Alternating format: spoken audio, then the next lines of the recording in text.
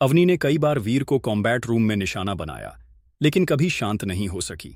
जैसे ही उसकी मुस्कुराती शक्ल उसे दिखती, उसका खून खौल उठता और उसे पीटने का मन करता। ये उसकी आदत बन गई थी।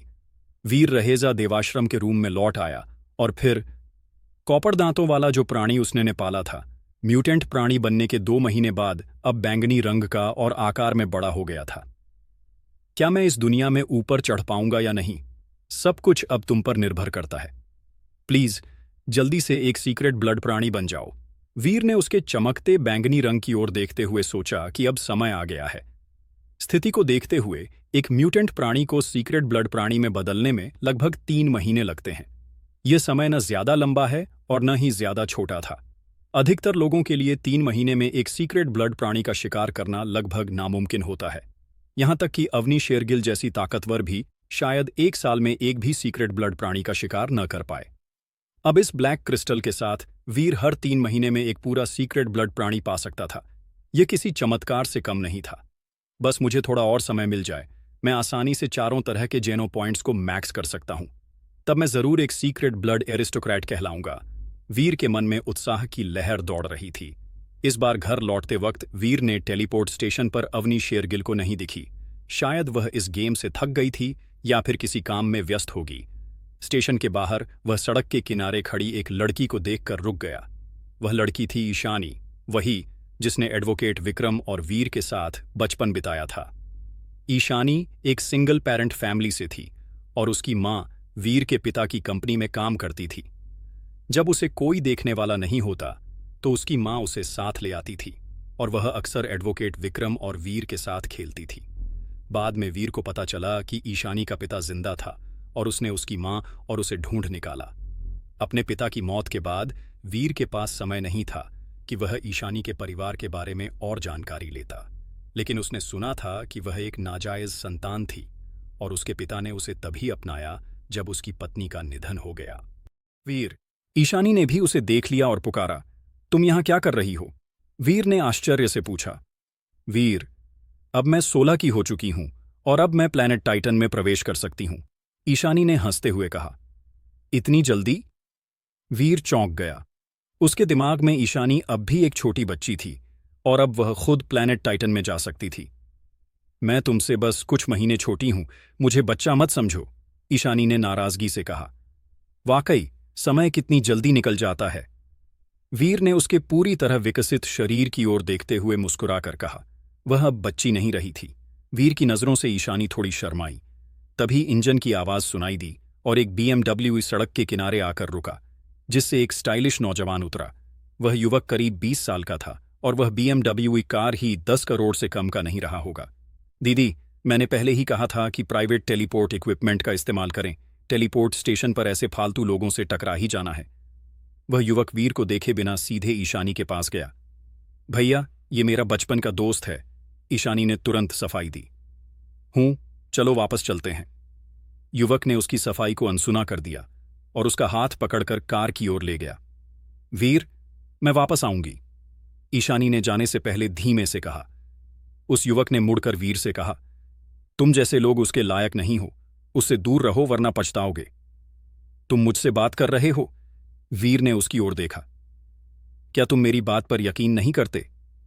युवक अचानक आगे बढ़ा और बड़ी तेजी से वीर के निचले पेट पर घुटना मारने की कोशिश की।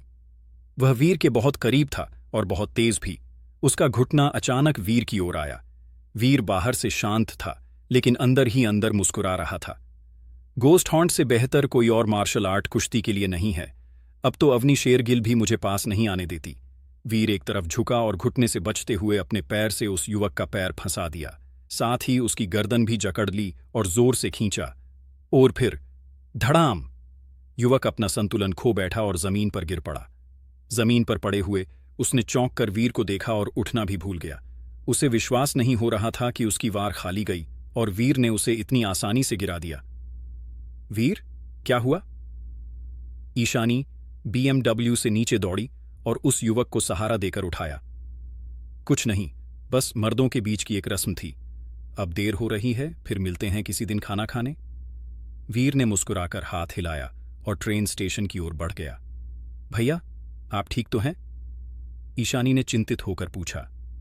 दिलचस्प, बहुत दिलचस्प। युवक ने वीर को जाते हुए देखा और रहस्यमयी मुस्कान दी। युवक को मुस्कुराते देखकर ईशानी घबरा गई।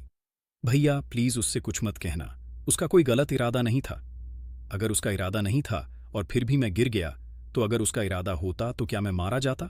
यानी मैं, ऋषभ बजाज? उसने आंखें संकुचित करते हुए कहा। भैया, मेरा मतलब वो नहीं था।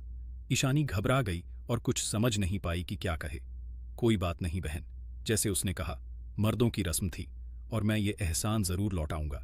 ऋषभ बजाज वीर के जाने की दिशा में पागलपन से घूरते हुए बोला। कुछ दिनों बाद उसे खाने पर अपने घर बुलाना। क्या? ईशानी ने ऋषभ बजाज की ओर देखा और अपने कानों पर यकीन नहीं हुआ। इन सबसे अनजान वीर रहेजा प्लेनेट टाइटन पर इन दिनों शिकार के लिए ज्यादा दूर नहीं जाता था। वो अकेला था, इसलिए जब तक वो किसी ऐसी जगह न जाए जहां कोई नहीं जाता, तब तक उसके लिए म्यूटेंट या सीक्रेट ब्लड प्राणियों को ढूंढ पाना लगभग नामुमकिन था।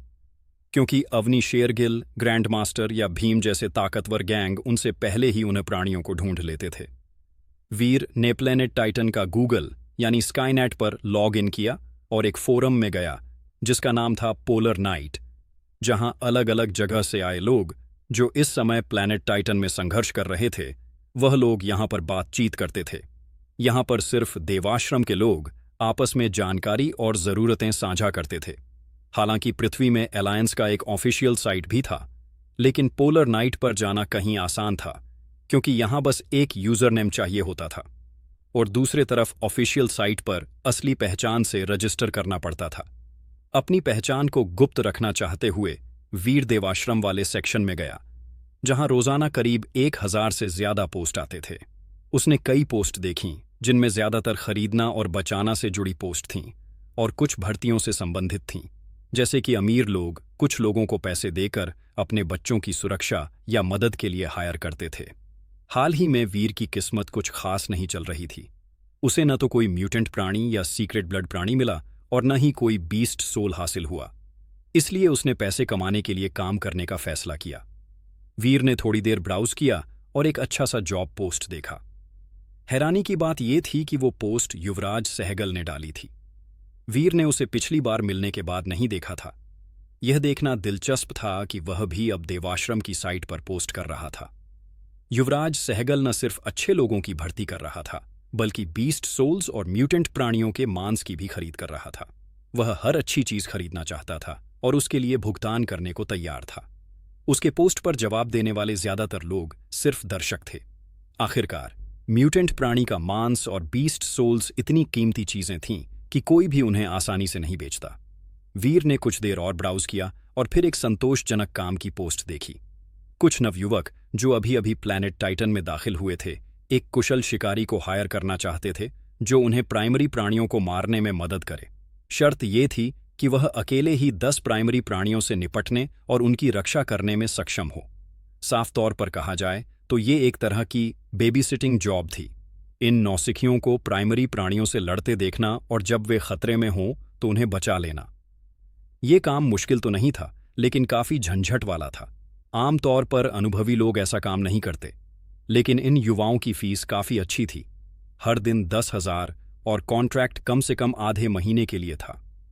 वीर ने उस नंबर पर टेक्स्ट मैसेज भेजा जो पोस्ट में दिया गया था। उसने कोई वॉइसमेल या अपनी तस्वीर नहीं भेजी। वह नहीं चाहता था कि उसकी निजी जानकारी लीक हो, और इसी वजह से उसने पोलर नाइट को चुना था। वह ऑफिशियल साइट पर भी जा सकता था, जहां सब कुछ कानूनी तौर पर सुरक्षित था, लेकिन वहां उसे रियल आइडेंटिटी से कॉन्ट्रैक्ट साइन करना पड़ता। थोड़ी देर बाद उसे जवाब मिला, जिसमें लिखा था कि हायर करने से पहले वे यह देखना चाहते हैं कि वह लड़ाई में कितना सक्षम है। वीर को कोई आपत्ति नहीं थी और उसने देवाश्रम के एक निश्चित समय और स्थान पर मिलने के लिए हामी भर दी। मुलाकात तय हो जाने के बाद वीर ने विंडो बंद नहीं की, बल्कि ट्रेडिंग सेक्शन में ब्राउज करता रहा। उसकी कान से हंसिया भाला टूट जाने के बाद से वह एक बीस्ट सोल हथियार की तलाश में था, लेकिन अब तक उसे कोई भी बीस्ट सोल नहीं मिला था। इस बार वह बीस्ट सोल हथियार नहीं, बल्कि इंसानों द्वारा बनाए गए धनुष और तीर खरीदना चाहता था। अल्फा एलॉय हथियार अब आसानी से प्राइमरी प्राणियों को मार सकते थे, लेकिन म्यूटेंट प्राणियों पर उनका असर कम था, ये सस्ते भी नहीं थे, यहां तक कि अक्सर प्राइमरी बीस्ट सोल्स से भी महंगे होते। वीर ज्यादातर हथियारों का इस्तेमाल कर सकता था, लेकिन उसने आर्चरी पर काफी मेहनत की थी, क्योंकि प्लैनेट टाइटन में दाखिल होने से पहले वह अकेले ही दूरी से शिकार करने की योजना बना रहा था। लेकिन एक गलती हो गई, उसके पास अच्छे धनुष और तीर खरीदने के पैसे नहीं थे, और बिना उनके किसी भी प्राणी की खाल भी नहीं छेद सकता था। अब उसने कुछ पैसे कमा लिए थे, तो अब धनुष और तीर खरीदना मुमकिन था, और वह अब आर्चरी से शिकार शुरू करना चाहता था। आखिरकार यह एक सुरक्षित और ताकतवर तरीका था। सबसे महत्वपूर्ण बात यह थी कि प्लैनेट टाइटन में बीस्ट सोल पाने का मौका केवल उसी को मिलता था जिसने आखिरी वार किया हो, और इस मामले में आर्चरी कमाई के टॉप 3 तरीकों में आता था।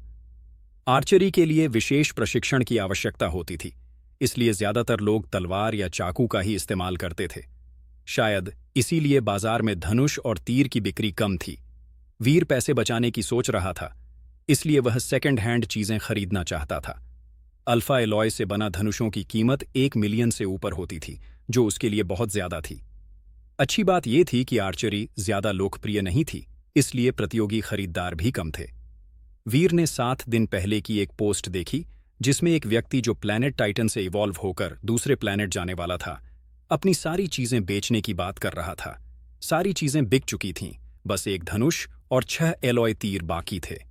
ब्लैक वेडर सीरीज का धनुष और सेबर सीरीज के तीर। वीर ने कुछ समय आर्चरी का अभ्यास किया था और विभिन्न प्रकार के धनुष और तीरों का गहराई से अध्ययन किया था। हथियार बनाने के लिए एलॉय का सबसे कठोर होना जरूरी नहीं था, क्योंकि अगर बहुत सख्त हो जाए तो धार टूट सकती थी। हालांकि कठोर एलॉय जल्दी घिसते नहीं। धनुष और तीर भी इस नियम से अलग नहीं थे। ब्लैक वेडर धनुष में 3 तरह के एलॉय का इस्तेमाल होता था। 2 को मिलाकर धनुष बनाया जाता था, जिससे उसमें लचीलापन और सख्ती दोनों रह सके।